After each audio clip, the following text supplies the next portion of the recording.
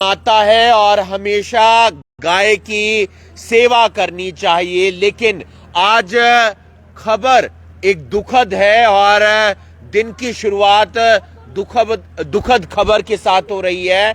45 गायों की मौत हो जाती है करनाल में इस गौशाला के अंदर। आप समझ सकते हैं 45 गायों की मौत कितनी बड़ी लापरवाही है और कितनी बड़ी ये घटना है। हालांकि पूरे मामले की तफ्तीश की जा रही है, जांच की जाएगी, लेकिन अलग अलग शेड में फूसगढ़ रोड पर जो बाबा बंसीवाली की गौशाला है वहां पर ये पूरा मामला सामने आया है। बाबा बंसीवाला गौ सेवा धाम है और यहाँ पर 45 गायों की मौत हो जाती है। एक बहुत बड़ा वाकया सामने आया है, एक बहुत बड़ी घटना सामने आई है और अलग अलग जो शेड हैं उसके अंदर 45 गायों की मौत हो जाती है। पुलिस मौके पर पहुंची हुई है, बाकी जो टीमें हैं वो मौके पर पहुंची हुई हैं और सबसे जानने का प्रयास किया जाएगा कि कैसे मामले की तफ्तीश की जा रही है, क्या कुछ पूरा मामला है और आप समझ सकते हैं कि कितना बड़ा मामला है। सर, कहाँ के आप रहने वाले हैं, क्या जानकारी मिली आपको और यहाँ पर क्या कुछ हुआ है? 7 सेक्टर के रहने वाले हैं जी। जी, हमें जानकारी मिली कि यहाँ 45 गायें मर गई हैं सुबह जी। रात को चारा डाला था जी। और सुबह मरी हुई मिली है जी। अलग अलग शेड में 10-10, 20-20 मरी हुई है जी। हाँ जी। आप यहाँ सेवा करने आते हैं? सुबह आते हैं दोस्तों के साथ कभी कभी। जी। हाँ जी। तो क्या कारण बताया जा रहा है? चारे में कहीं जहरीली आइटम मिली हुई है चारे के अच्छा, अंदर। चारा आया कहाँ से था वो सर? तो खरीद के लाते हैं ना शाम को। अच्छा, तो फिलहाल कितनी गायों की सूचना है? 45 45 गायों। 45 की, हाँ जी। तो आप समझ सकते हैं 45 गायों की सूचना मिली है और भी तमाम लोग हैं। सर, आप भी यहाँ सेवा करने आते हैं? हाँ, मैं आ जाता हूँ जी लगभग। जी। तो क्या कुछ जानकारी मिली थी? देखो जी, यहाँ पे किसी की नीयत पे सवाल नहीं उठाना चाहिए। मैं नियत पे सवाल नहीं, उठाई जो नहीं, लोग- सर, जो मैं लोग- जानकारी पूछ रहा हूँ, सर। जो लोग कर रहे हैं ना काम, जी मैंने पहले भी देखा है। 3-4 साल पहले गर्ग साहब थे यहाँ, जी कृष्ण गर्ग जी हैं शायद उनका जी, नाम। जी, वो जी। भी बहुत अच्छा कार्य करते थे जी। जी और अभी जो बंसल साहब है वो भी। लेकिन सर पैसे की कमी रहती है, जी चारे की भी कमी रहती है। जी। और या सुबह के चारे के पैसे दो।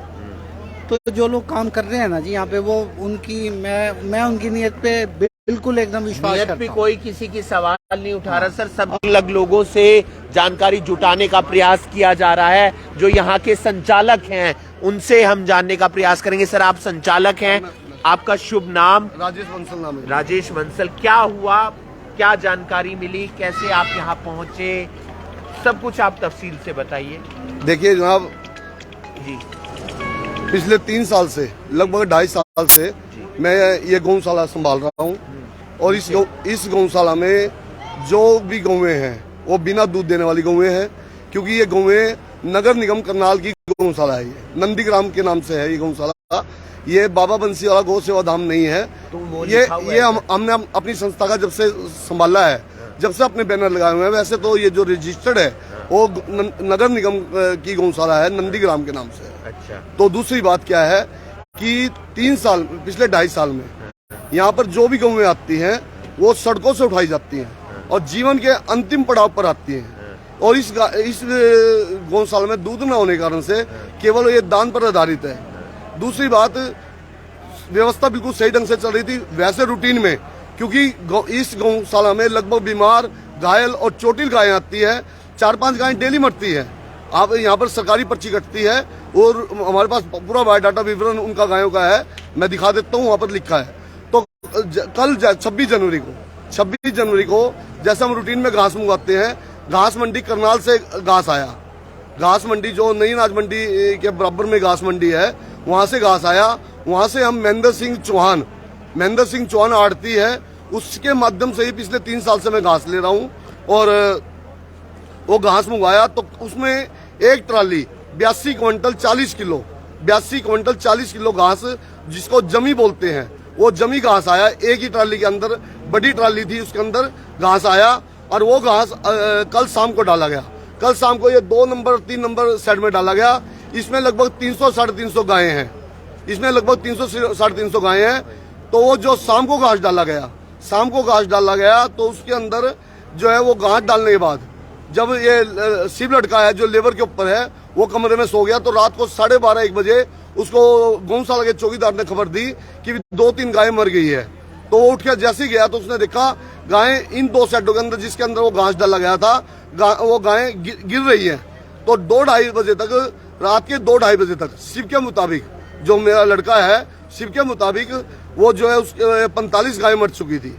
तो जैसे ही मैं सवेरे यहाँ पर आया तो मैंने, क्योंकि यहाँ पर गाय जो मृतक गाय गोवंश उठाने वाला ठेकेदार है उसको मैंने रोका, भाई अभी इसको कहीं भी हाथ नहीं लगाना, मैंने पुलिस में जाना है। तो मैं सेक्टर 32 थाने में गया और तुरंत वहां पर जाकर एप्लीकेशन दी, खुद जाकर एप्लीकेशन दी और मैंने मीडिया को भी सूचित किया। और उसके बाद जो है अपना वहां से तुरंत पुलिस के अधिकारी मेरे साथ आ गए। फिलहाल कितनी गायों की मौत? 45 गाय। क्या दुधारू गायें थी सर? दुधारू गाय तो इसमें एक भी गाय नहीं है। एक भी गाय? मतलब में स्प्रे वगैरह तो नहीं है? देखो ये तो अब ये तो लैब में जाने के बाद पता लगेगा ना जी। कहाँ से आया है चारा? ये चारा आया करनाल मंडी से। पीछे कहाँ से आया? पीछे से जो मेरे को बताया गया है, ये चारा जो मोबाइल नंबर मेरे को दिया गया है वो बब्बी खान कोई है जिम्मेदार यूपी का, वो यूपी का है। अच्छा, उसकी ये ट्रैक्टर ट्रॉली थी जिसमें वहाँ से आप? हाँ, जिससे करनाल मंडी में जो चारा भेजा गया है करनाल मंडी से, वो बब्बी खान की ट्रॉली थी। तो इसका होल्ड कौन करता है? नगर निगम करता है या आप करते हैं? कौन करता है? मैं बताता हूँ जी। पिछले 3 साल से पहले 2.5 साल पहले, अक्टूबर 2020 से पहले हमारे किशन गर्ग जी के पास ये गौशाला थी, उसका कार्यभार ये संभाल रहे थे। तो उसके बाद अक्टूबर 2020 में उन्होंने ये गौशाला हमें दे दी। तो हमने एक सेवा के तौर पर ये गौशाला ली थी।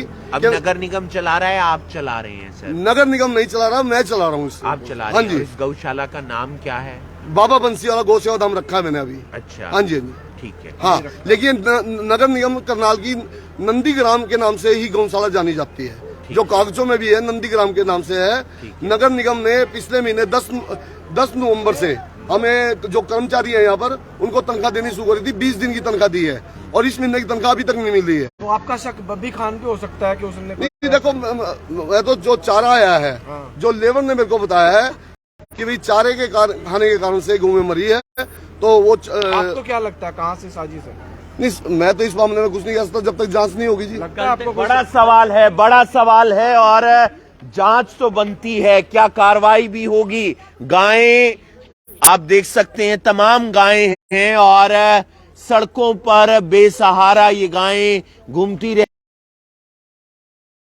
जाता है अलग अलग गौशालाओं में। ये गौशाला की तस्वीर है फूसगढ़ रोड की और दुधारू गायें नहीं है जिनकी मौत हुई है, लेकिन एक बहुत बड़ी लापरवाही है और कार्रवाई होनी चाहिए। जो भी इस मामले में दोषी पाया जाता, अंदर 45 गायों की मौत हो जाती है और करनाल ब्रेकिंग न्यूज के माध्यम से हम आपको तस्वीरें दिखा रहे हैं। आप देख सकते हैं कि एक बहुत बड़ा वाकया सामने आया है। सवाल ये है कि आखिर 45 गायों की मौत कैसे हो जाती है, लापरवाही किसकी है और इसकी जांच पड़ताल आखिर होगी कैसे, करेगा कौन? इस वीडियो को आप ज्यादा से ज्यादा शेयर कीजिए।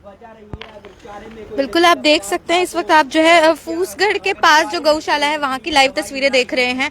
कल जो है एक बड़ा मामला सामने आता है कि कल इन गायों को जो है चारा दिया जाता है और उसके बाद जो है आज सुबह तकरीबन 45 गायें जो हैं वो मरी हुई। जाहिर सी बात है कि हो सकता है चारूर पहुंच जाते हैं ताकि ज्यादा से ज्यादा जानकारी जो है, तो बहुत ज्यादा जरूरत है कि इसमें जो है ज्यादा से ज्यादा जानकारी सामने आए। जो प्रशासन है उससे भी यही अपील रहेगी कि थोड़ा इस मामले की ओर जो है ध्यान दिया जाए। जो एनिमल वेलफेयर डिपार्टमेंट रहता है हरियाणा का, उनसे भी अपील की जाएगी कि वो भी थोड़ा इस ओर ध्यान दे। और बाकी जो गवर्नमेंट वेटरनरी डॉक्टर्स हैं वो तो मौके पे पहुंच ही चुके हैं, जो सीआईडी की टीम्स है वो भी मौके पे पहुंच चुकी है। आज सुबह उठ के देखा गया था, जो गौशाला का स्टाफ है जो इनकी देखभाल हो चुकी थी। तो अब देखते हैं कि इसमें क्या जानकारी जो है आगे से ली जाती है। बाकी और भी लोग मौजूद हैं, थोड़ा उनसे भी जो है जान लेते हैं कि आखिर पूरा मामला था क्या। अब जहरीले चारे की वजह से हुई है, ये जांच का विषय है। इस पे हम अभी पूरी कुछ टिप्पणी नहीं करना चाहते। हम ये जैसे सेवा करने आते हमें पता लगा, हम यहाँ पहुंचे, वैसे हुआ है कि जो चारे में हाँ जहरीला बता रहे हैं, लेकिन इससे पहले कभी ऐसा नहीं है कि 40-45 तो इकट्ठी ऐसे जो है आरोप लग रहे हैं कि जो चारा है उसमें शायद कुछ जहरीला पदार्थ रहा होगा। हालांकि जो यहाँ के स्टाफ है, जो यहाँ के कार्यकर्ता, उनका यही कहना